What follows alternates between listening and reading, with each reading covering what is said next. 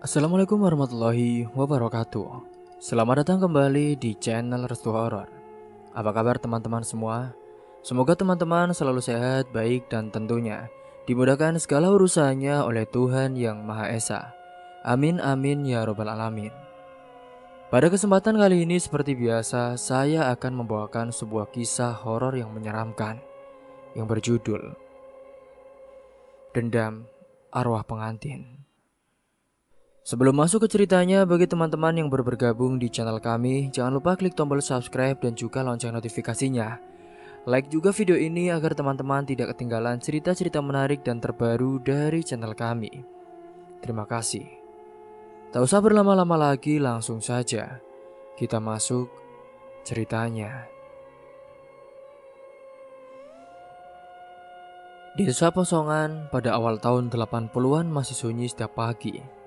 Sebelum suara radio tetangga mulai terdengar dari balik dinding bata, angin dari sawah membawa aroma tanah basah dan daun pisang muda yang sering dipakai warga membungkus kue. Di ujung gang rumah Pak Saman dan Bu Rasti tampak sibuk seperti biasa.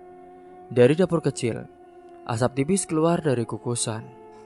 Gina, gadis 22 tahun dengan wajah bersih dan tangan cekatan, sedang menata kue cucur ditambah bambu itu. Gina, ambilkan gula merah di rak atas, nak. Suara Bu Rasti terdengar dari dekat tungku. Iya bu, tunggu, jawab Gina sambil berdiri di bangku kecil. Ia mengambil bongkahan gula lalu memotongnya dengan pisau kecil. Ini buat onde-onde ya bu? Iya, buat apem juga. Besok kan pengajian di rumah Bu Rukiah, pasti banyak yang pesan. Gina mengangguk, ia terbiasa dengan pekerjaan itu sejak kecil. Setiap pagi mereka membuat kue untuk dijual di pasar. Setelah subuh, Bu Rasti menata hasil jualan di bakul, sementara Gina menyiapkan teh manis untuk ayahnya yang bersiap ke sawah. Pasaman masuk ke dapur sambil membawa sabit yang sudah diasah saat itu. Kuemu harum sekali, Gina. Nanti kalau habis di pasar, ayahmu ikut senang. Iya, semoga laku semua ya, jawab Gina sambil tersenyum. Suasana rumah itu selalu hangat, teradu kecil di sudut dapur memutar lagu Rhoma Irama dengan pelan. Suara ayam jantan bersautan dari belakang rumah. Semua berjalan biasa sampai suara langkah sandal terdengar di luar pagar bambu. Klak, klak. Assalamualaikum Bu Rasti. Assalamualaikum. Waalaikumsalam. Wah, Mas Diki, pagi-pagi sudah mampir aja, Mas. Diki adalah pegawai baru kelurahan yang mengontrak rumah tak jauh dari gang itu. Ia datang membawa map dan juga senyum sopan. Maaf bu, saya lewat sini sekalian mau beli kue. Ibu ini paling enak bikin apemnya. Bu Rasti tertawa kecil saat itu. Mas Diki bisa aja.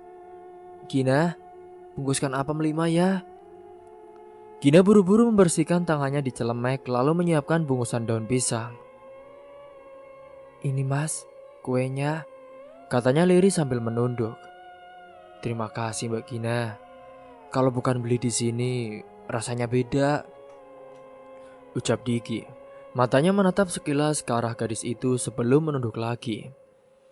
Bu Rasti hanya tersenyum samar, dalam hati ia tahu anak muda itu sering mencari alasan untuk datang pagi-pagi.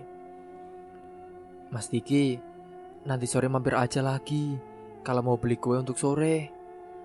Siap Bu Rasti, nanti saya juga bantu angkat tepung sekalian kalau ibu mau, jawab Diki lalu pamit.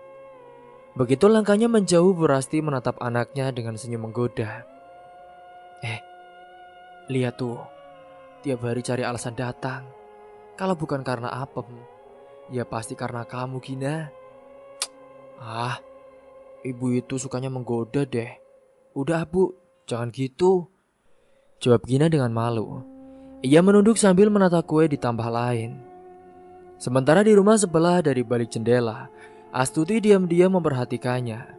Ia adalah sepupu jauh dari Gina, tinggal bersama bibinya yang menjanda. Wajah Astuti cantik, matanya tajam, tapi ada sesuatu yang bergetar di sana.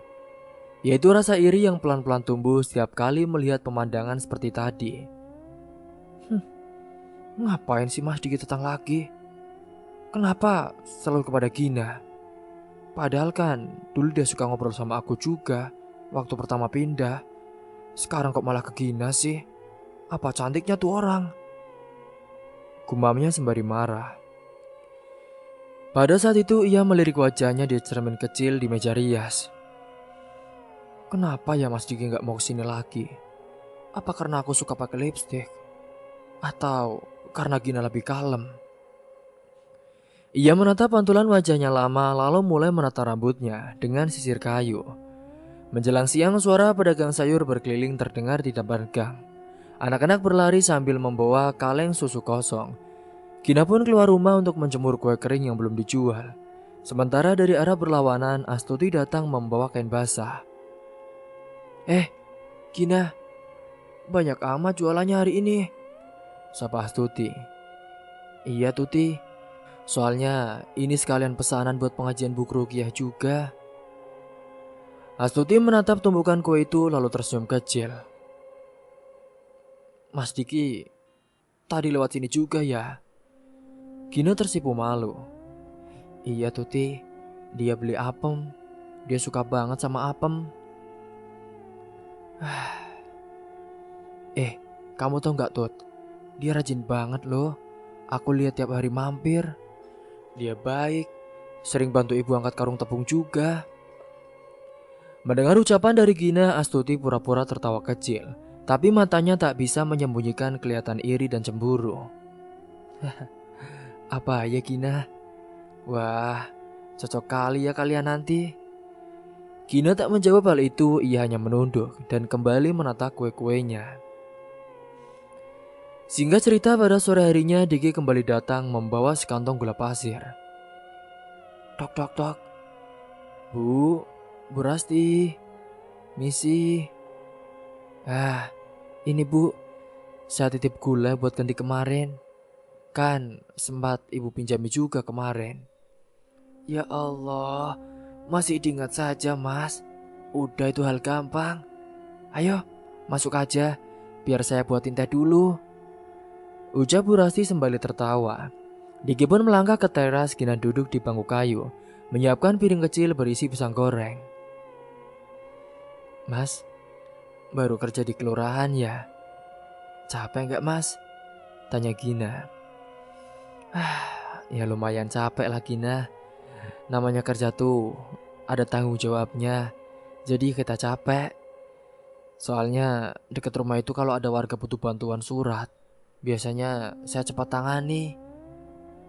Masya Allah, baik banget ya mas, ujar Gina dengan pelan. Gin, kalau ibu sama kamu butuh surat apa-apa juga, kamu bilang aja ya ke aku, jawab Diki dengan senyum ringan. Mereka berbincang lama di balik tirai rumah sebelah.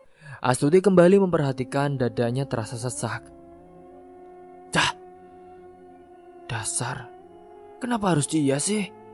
Padahal kan aku lebih dulu kenal Diki.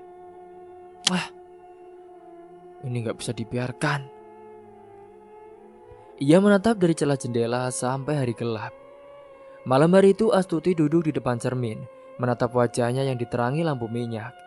Ia memegangi pipinya sendiri lalu berkata dengan pelan. Dia cuma sedikit ringan dan lebih putih aja dariku. Cuma itu. Udahlah, tenang saja.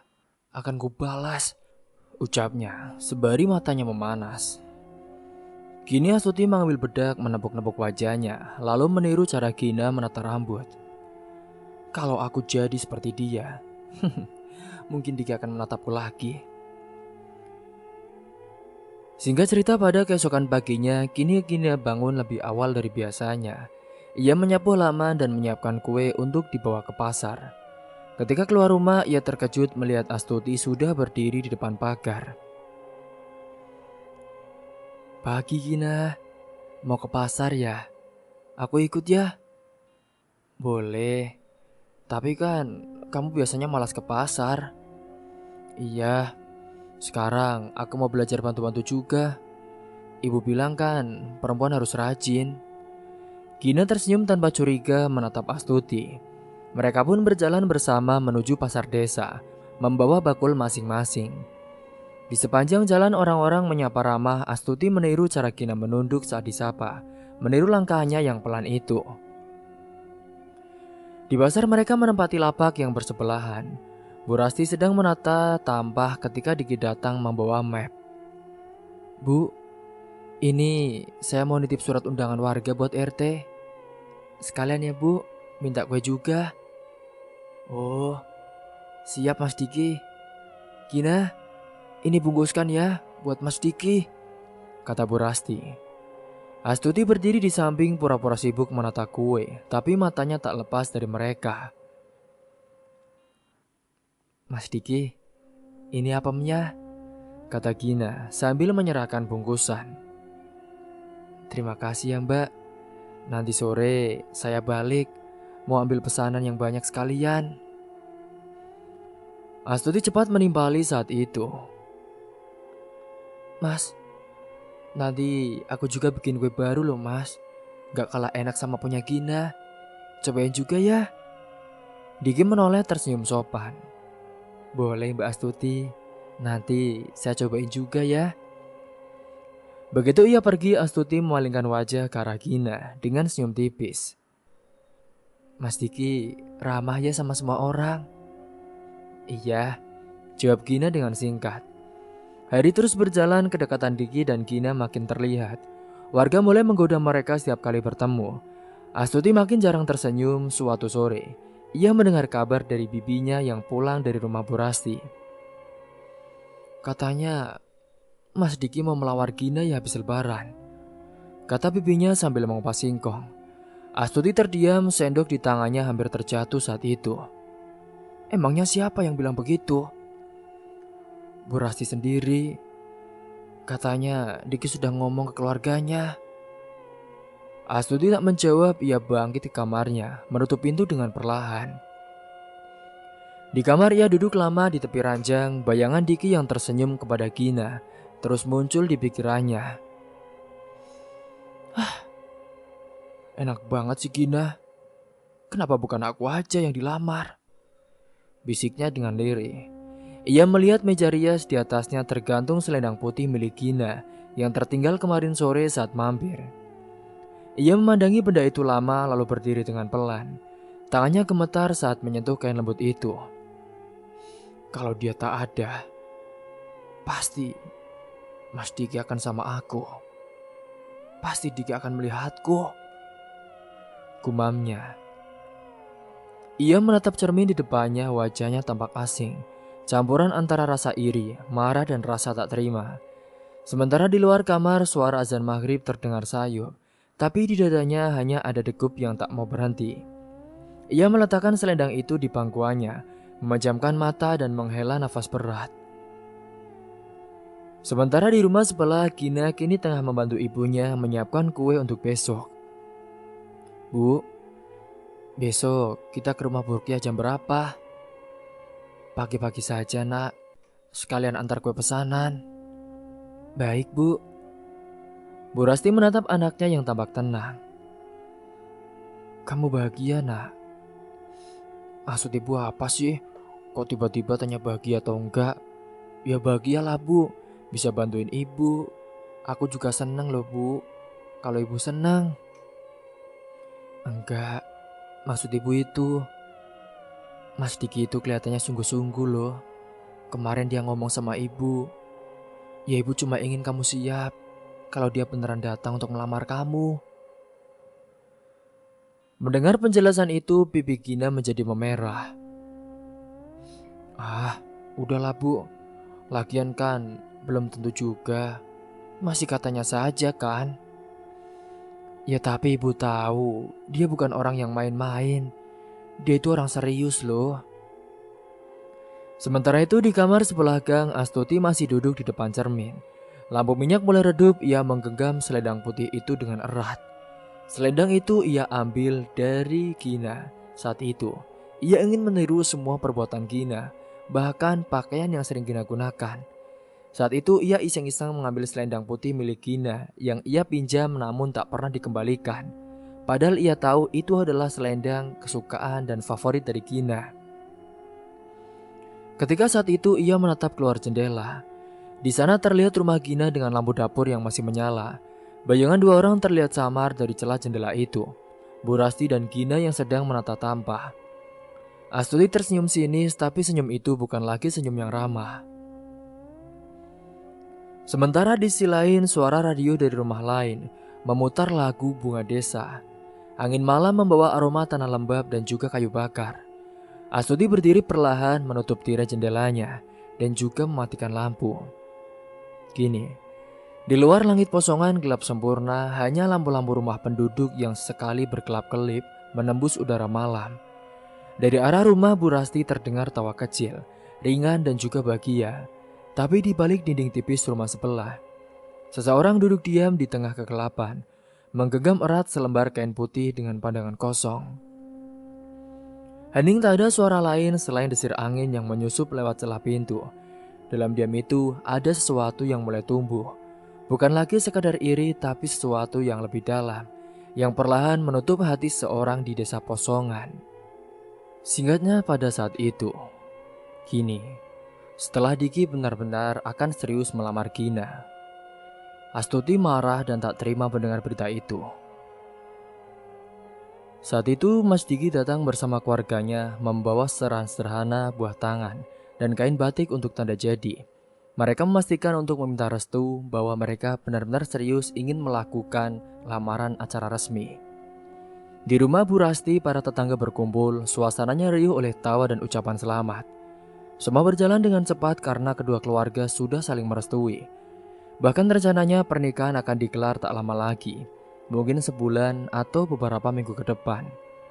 Namun di balik semua kebahagiaan itu, ada sepasang mata yang menatap dari balik jendela rumah sebelah. Mata milik Astuti, sepupu dari Gina sendiri, yang sejak pagi belum makan, belum bicara dengan siapapun. Hanya duduk dia menatap halaman rumah Gina dengan penuh rasa kecewa dan marah. Di sana ia mendengar tawa dan tepuk tangan dari arah sana. Diki benar-benar melamarnya. Dasar sialan. Ini gak bisa dibiarkan. Gak ada yang boleh memiliki dia selain aku. Padahal kan, dulu dia bilang suka dengan perempuan yang terbuka, bukan yang diam seperti Gina. Gumamnya dengan suara serak. Tangan Astuti menggenggam ujung roh gemetar dalam hatinya. Kemarahan dan juga iri bercampur menjadi satu. Ia teringat kabar dari bibinya seminggu lalu. Lalu wajah Gina yang tampak bahagia pagi ini semua membuat dadanya seperti terbakar api. Ia berdiri berjalan mondar-mandir di kamarnya memandangi selendang putih milik Gina yang masih tersimpan di laci. Aku tidak akan kalah, katanya dengan pelan, seolah bicara pada seorang di ruangan itu. Oh ya, aku juga kan pernah dengar ya, kata temanku si Isti. Dia bilang, di desa sebelah ada seorang dukun. Apa aku coba ke sana aja ya? Kebetulan kan, ini ada barang kesukaan dan favorit dari Gina. Itu bisa menjadi perantara bagi santetnya. Kini desas-desus tentang seorang dukun tua di Randuwangi sudah lama beredar di desa posongan.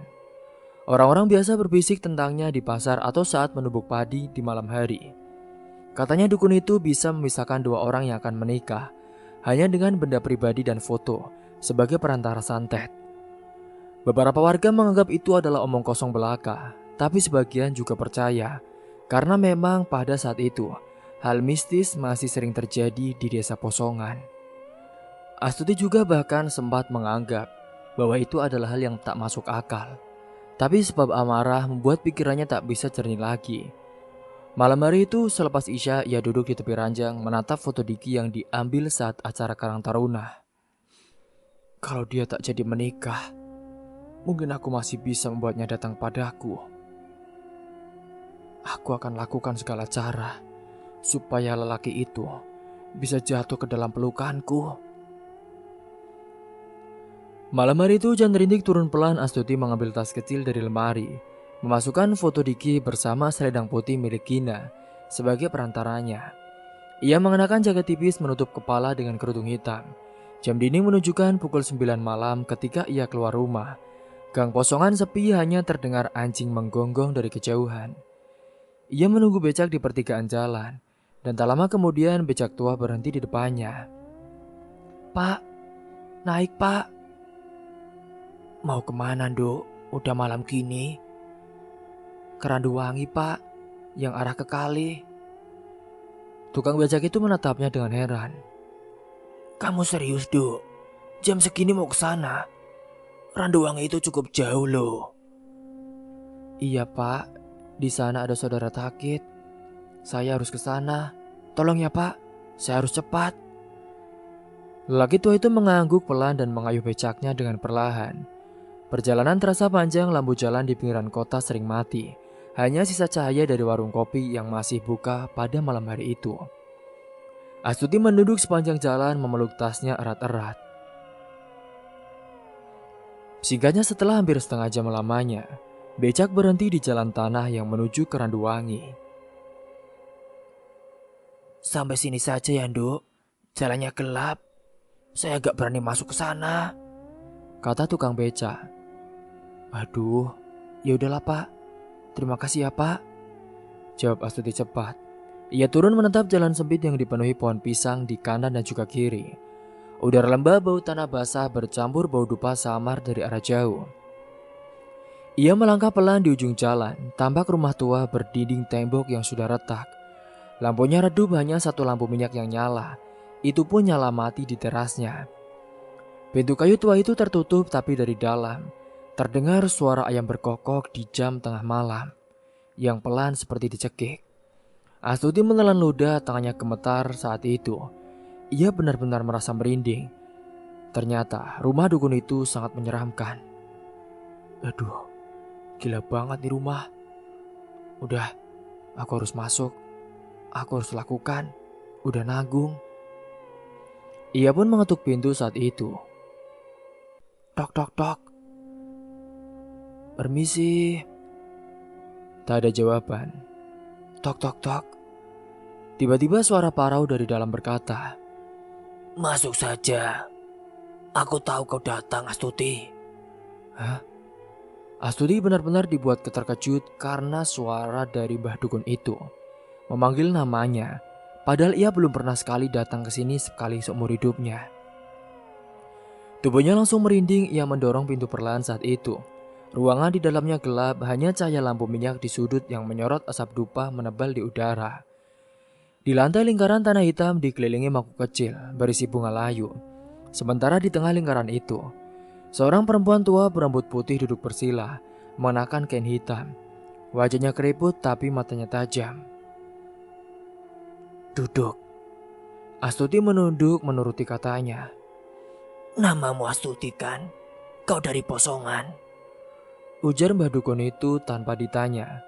Astuti tertegun saat itu. "Iya Mbah, benar. Saya ingin minta tolong Mbah." "Ada apa?" Saya cuma ingin sepupu saya tidak jadi menikah Mbah. Saya ingin lelaki ini yang ada di foto jadi milik saya." "Tapi bukannya perempuan yang kau ingin lenyapkan itu masih sepupumu sendiri kan?" "Iya Mbah, tapi saya tidak terima. Dia udah merebut dari saya." "Aduh, tapi kau harus ingat, harga jodoh adalah jiwa. Kau siap?" Astuti tak menjawab lama. "Saya siap Mbah, saya siap apapun resikonya." Hingga saat itu setelah perjanjian yang mereka lakukan, dukun itu pun mengeluarkan seekor ayam hitam dari keranjang. Dengan pisau kecil ia meneteskan darah ayam ke selendang putih milik Gina. Karena sebagai perantara, bau anyir bercampur dupa memenuhi ruangan saat itu. Astuti menciumnya hampir muntah, tapi menahan diri. Si dukun membungkus selendang itu dengan kain hitam, lalu mengikatnya dengan benang merah. "Kubur ini di kuburan utara malam ini juga. Jangan berhenti walau ada yang memanggil namamu. Ingat, jika kau ingin berhasil, kau harus turuti apa kataku." "Baik, Mbah. Tapi kalau saya takut gimana?" "Kalau kamu takut berarti gagal. Dan yang gagal, maka akan diganti jiwanya. Kamu mau? Kamu yang jadi korbannya. Malam itu juga, Astuti berjalan menuju kuburan Randuwangi yang jaraknya tak jauh dari rumah si dukun. Angin berembus kencang membuat daun bambu bergesekan seperti suara bisikan. Di bawah pohon kamboja besar ia menggali tanah dengan tangan. Setiap cangkulannya terasa berat seperti tanah menolak dibuka. Setelah lubang cukup dalam, ia meletakkan bungkusan itu, lalu menutupnya kembali. Saat tanah terakhir menutup, terdengar tawa pelan di telinganya. Suara yang bukan miliknya sendiri, ia pun terlonjak menoleh. Tapi tak ada siapa-siapa saat itu. Keringat dingin menetes di leher, ia berlari meninggalkan tempat itu tanpa menoleh lagi. Tapi di dadanya ada rasa puas yang aneh, seperti dendamnya telah dibayar dengan lunas. Ya Allah, ini ada apa ya? Aduh, baru juga ngelakuin. Udah merinding banget di gua. Tahan. Kamu harus kuat, Astuti. Tahan. Singkat cerita, beberapa hari kemudian, tibalah di desa Posongan kabar lamaran resmi Gina dan Diki menyebar ke seluruh kampung. Bu Rasti sibuk mempersiapkan acara pengajian dan juga seserahan kecil. Warga datang menyelami, semua tampak bahagia dan gembira. Tapi hanya beberapa dari mereka. Ada juga yang ikut merasakan betapa rasa ibanya. Seorang Gina, wanita yang cantik, baik, akhirnya dilamar oleh Diki. Seorang yang bekerja di kelurahan desanya, yang juga tampan dan juga baik. Namun beberapa hari setelah lamaran itu terjadi, Gina tiba-tiba mulai tampak lemah. Ia sering merasa pusing, kulitnya pucat dan matanya sayu.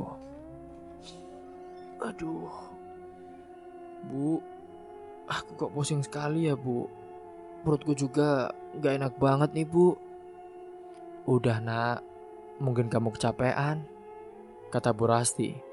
Tapi malam-malam berikutnya hal aneh mulai terjadi. Kini Gina mulai mengalami teror-teror mengerikan.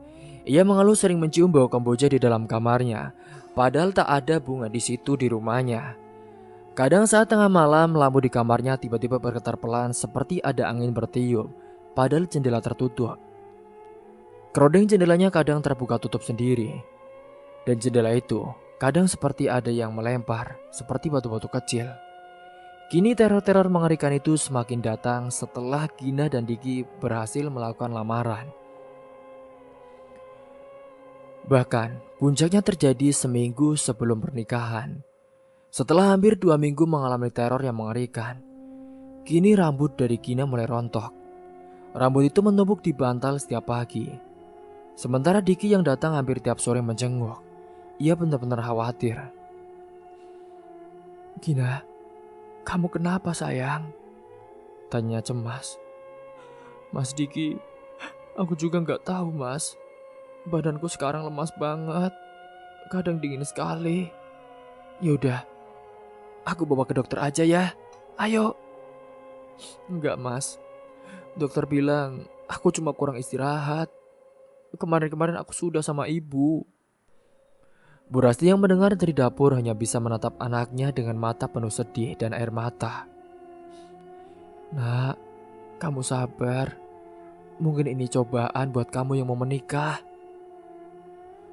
Namun malam-malam berikutnya, kini, tepat 2 hari sebelum pernikahan, keadaan makin parah. Gina terbangun karena mendengar suara langkah di kamarnya. Ia melihat ke arah pintu tapi tak ada siapa-siapa di sana. Hanya lampu minyak yang redup di meja kecil. Saat ia menjamkan mata, tiba-tiba tercium bau kamboja semakin kuat. Ia membuka mata dan menatap pojok kamar. Di sana berdiri sosok perempuan memakai selendang putih. Selendang yang sama dengan miliknya. Wajahnya pucat, matanya kosong. Kakinya tidak menapak ke tanah. Sosok perempuan itu juga mengerikan dengan tubuhnya bolong, penuh darah yang menetes. Kamu siapa? Kamu siapa? Jangan ganggu aku. Aku gak kenal kamu. Gina menjerit semakin keras lalu tubuhnya jatuh dari ranjang. Bu Rasti dan Diki yang saat itu sedang di dalam berlari masuk. Ia menemukan Gina pingsan dengan wajah ketakutan. Ya Allah, Gina, kamu kenapa nak? Udah Bu, sabar ya. Kita tenangkan dulu Gina di atas. Semoga besok gak apa-apa, ucap Diki. Tepat setelah semuanya sudah dipasang, antara Layos yang akan siap menyambut hajatan pernikahan. Namun keesokan paginya, tubuh Gina semakin dingin. Bibirnya membiru, nafasnya pendek, seorang ustadz pun dipanggil untuk membacakan doa. Namun saat ayat suci dibacakan, lampu kamar tiba-tiba bergetar hebat. Dari jendela berkibar padahal udara tak bergerak. Ustadz pun berhenti membaca saat itu. Astagfirullahaladzim. Naudzubillah min dzalik. Ada yang tidak wajar di rumah ini. Gina, kamu sabar nak, kamu sabar, kamu kuat. Kamu akan menikah nak besok, kamu kuat. Sementara Diki yang saat itu di sana, ia memegang tangan Gina yang mulai dingin. Sayang, bertahanlah sayang, bertahanlah. Menjelang tengah malam, Gina mengembuskan nafas terakhir pada hari itu. Padahal keesokan harinya mereka benar-benar akan melakukan ijab qabul. Tubuhnya tiba-tiba menegang dan dari mulutnya keluar darah hitam, disertai sehelai rambut panjang serta potongan logam seperti paku kecil. Perutnya membesar dengan warna kehijauan dan matanya terbuka, menatap kosong ke langit-langit.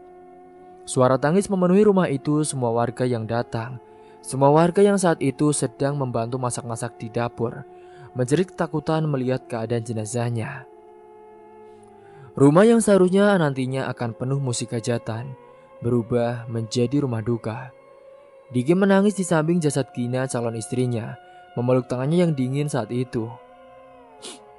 Gina, kenapa seperti ini sih Gina? Padahal kan kita baru saja akan menikah. Bu Rasti jatuh pingsan di pelukan tetangga. Ia benar-benar tak kuat melihat anaknya mati dalam keadaan yang mengerikan. Sementara ayah dari Gina pun, ia tak sanggup melihat keadaan istri dan anaknya. Pada malam hari itu, tepat kematian Gina, seekor burung gagak hitam hinggap di genting, pertanda bahwa ada orang mati di sana. Setelah kejadian itu, Astuti pun datang di antara pelayat. Ia memakai kerudung hitam dan wajah penuh duka pura-pura. Ia menunduk di pojok halaman pura-pura menyeka air mata, tapi di dalam hatinya ia benar-benar senang. Namun, ketika saat itu Astuti duduk, ada bisikan di samping telinganya. Kau gunakan selendangku, maka kau akan mati denganku. Hah? Siapa tadi yang bisik? Kok gak ada orang padahal? Siapa ya? Sementara di sisi lain di Randuwangi, tepat pada kematian itu, dukun tua itu duduk di tengah ruangan berasap dupa di depannya. Bungkusan kain hitam terbuka, di atasnya tergeletak rambut panjang dan paku berkarat. Perempuan tua itu tersenyum puas selalu menutup matanya. Akhirnya berhasil. Sekarang utang telah dibayar. Ia menatap bara dupa yang merah di hadapannya, lalu meneteskan minyak hitam ke atasnya. Api itu bergejolak sejenak membentuk bayangan wajah seorang gadis muda yang menjerit tanpa suara, mati akibat santet dari sepupunya sendiri. Akhirnya pada saat itulah, keesokan paginya jenazah dari Gina dimakamkan. Pak Lebih saat itu memberikan penghormatan terakhir dengan mengucapkan kata-kata salam dan juga permintaan maaf jika semasa hidupnya Gina ini punya salah. Ibu dan ayahnya menangis sejadi-jadinya, sementara Diki juga terlihat sangat terpukul. Singkat cerita, beberapa bulan berlalu sejak kematian Gina. Desa Posongan pun perlahan kembali tenang. Bu Rasti dan juga suaminya kini mencoba mengikhlaskan kepergian anak satu-satunya itu. Ia kembali menyambung hidup dengan berjualan kue di pasar. Kini meski setiap malam Jumat orang masih menaruh bunga di depan rumah Bu Rasti yang kini jarang keluar. Namun saat itu Diki terlihat murung tak lagi seceria dulu. Ia sering duduk di beranda rumahnya menatap kosong ke jalan, seperti menunggu seorang yang tak akan pernah datang lagi. Dalam kesedihan itu Astuti datang membawa kabar baru. Ia membawa selembar surat dengan tulisan tangan yang dibuat seolah berasal dari Gina. Itu adalah surat palsu yang ia buat sendiri. Saat itu, Astuti berjalan dan memberikan surat itu. Surat itu berisi pesan singkat. Mas Diki, jika aku tak ada jagalah. Aku minta maaf ya mas. Aku titipkan hatinya padamu Astuti. Jangan biarkan dia sendiri. Ucapan itu seperti ucapan dari Gina sebelum ia mati. Astuti membacanya di depan Bu Rasti dan beberapa tetangga dengan air mata pura-pura menetes di pipinya. Ini bukti. Aku menemukannya di buku doa Gina, katanya terbakar. Bu Rasti yang masih lemah hanya bisa terdiam. Diki pun menatap surat itu lama. Matanya berkaca-kaca. Jadi, maksud surat ini, dia menuliskan ini untukmu? Tanya Diki dengan pelan. Astuti menunduk berpura-pura tak sanggup menjawab.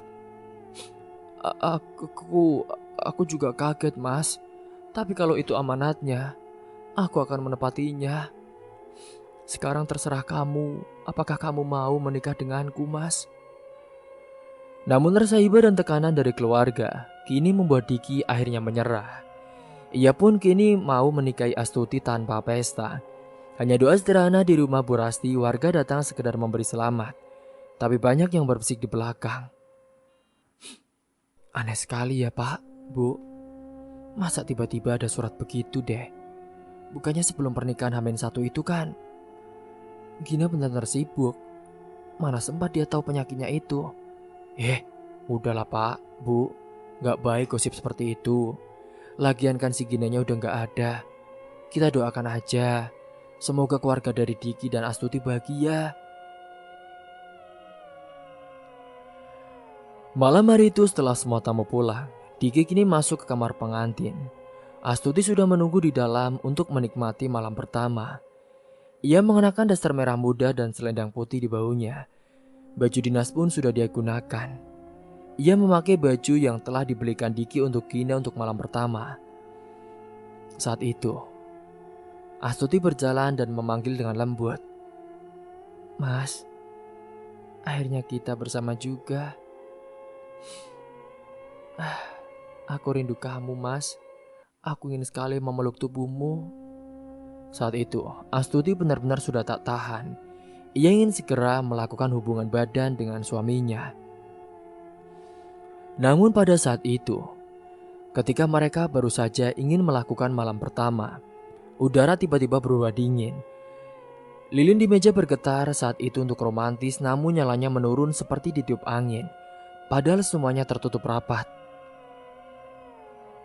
Tiba-tiba aroma kamboja pelan-pelan memenuhi kamar. Astuti menelan ludah. Mas, kamu cium bau apa enggak? Iya nih, bau bunga. Bau bunga kamboja ini. Ketika pada saat itu, lampu tiba-tiba padam, kamar pun menjadi gelap total. Hanya terdengar suara nafas mereka yang panik. Dari arah cermin di sudut ruangan muncul cahaya samar perlahan. Saat itulah sosok perempuan tampak di sana, berdiri di balik bayangan mengenakan kebaya putih dan wajah pucat dengan mata hitam kosong. Rambutnya terurai menutupi sebagian wajah. Hah? Siapa itu? Diki melangkah mundur. Gina, itu wajah Gina Astuti. Sosok itu melangkah keluar dari cermin, kakinya tak menyentuh lantai. Kau pikir kau bisa menggantikanku, Astuti? Bisa-bisanya kau menyantetku, kau membunuhku. Hingga sekarang kau membuat surat palsu bahwa aku ingin kau menggantikanku dengan calon suamiku. Ucap sosok perempuan itu. Suaranya serak berubah menjadi mengerikan. Gina, aku tidak bermaksud jahat Gina. Aku hanya... Kau harus mati bersamaku. Ketika pada saat itu, selendang yang putih itu yang milik dari Gina tiba-tiba melilit sendiri ke leher Astuti. Ia menjerit menarik kain itu dengan kedua tangan. Mas, tolong aku mas, tolong. Diki yang berlari mendekat saat itu berusaha menarik selendang itu. Tapi tubuh Astuti terangkat ke udara. Matanya melotot, bibirnya bergetar menahan teriak. Lepas. Diki memegang pinggangnya saat itu. Tapi tiba-tiba, seperti ada tenaga tak kasat mata yang mendorongnya keras ke lantai. Ia terpental ke pojok ruangan, menabrak meja hingga lilin jatuh. Ketika itu ia mengetahui semua dan mendengar ucapan dari sosok arwah Gina. Diki pun hanya bisa minta maaf. Gina, hentikan Gina, hentikan. Mas minta tegian Gina, maafin Mas. Mas gak tahu semuanya, kamu baru tahu ngomong. Astuti, kau harus mati. Ketika saat itulah Astuti jatuh dari atas. Ia menghantam lantai dengan keras. Suara patahan tulang terdengar jelas, dari kepalanya pun keluar darah. Kepalanya sedikit pecah. Astuti, Astuti. Jadi Diki menggema sampai keluar kamar. Ketika pintu dobrak dan semua orang terpaku melihat pemandangan di dalam kamar itu, Astuti tergantung di tiang langit-langit dengan selendang putih melilit lehernya. Kemudian ia jatuh dan mengakibatkan darah yang begitu banyak. Lidahnya terjulur, mata membesar seolah masih melihat sesuatu di depannya. Ya Allah, innalillahi wa inna rajiun. Pagi harinya kabar kematian Astuti menyebar ke seluruh posongan. Tak ada yang berani mendekati rumah Diki lagi. Semua percaya bahwa kematian ini ada hubungannya dengan Gina. Mungkin Gina masih tak terima. Dan saat itulah Diki memberikan kesaksiannya bahwa saat itu arwah dari Gina mengucapkan semua kata-katanya, bahwa awal dari kematian itu sebab santet yang dikirim oleh almarhum Astuti. Kini Bu Rasti dan juga suaminya benar-benar kaget. Semua warga juga kaget, mereka yang dari dulu sudah menduga kejadian ini hanya menunduk dan tak percaya bahwa sepupunya sendiri tega melakukan hal keji kepada Gina. Kini setiap harinya Diki selalu datang ke rumah dari Bu Rasti dan juga makam Gina.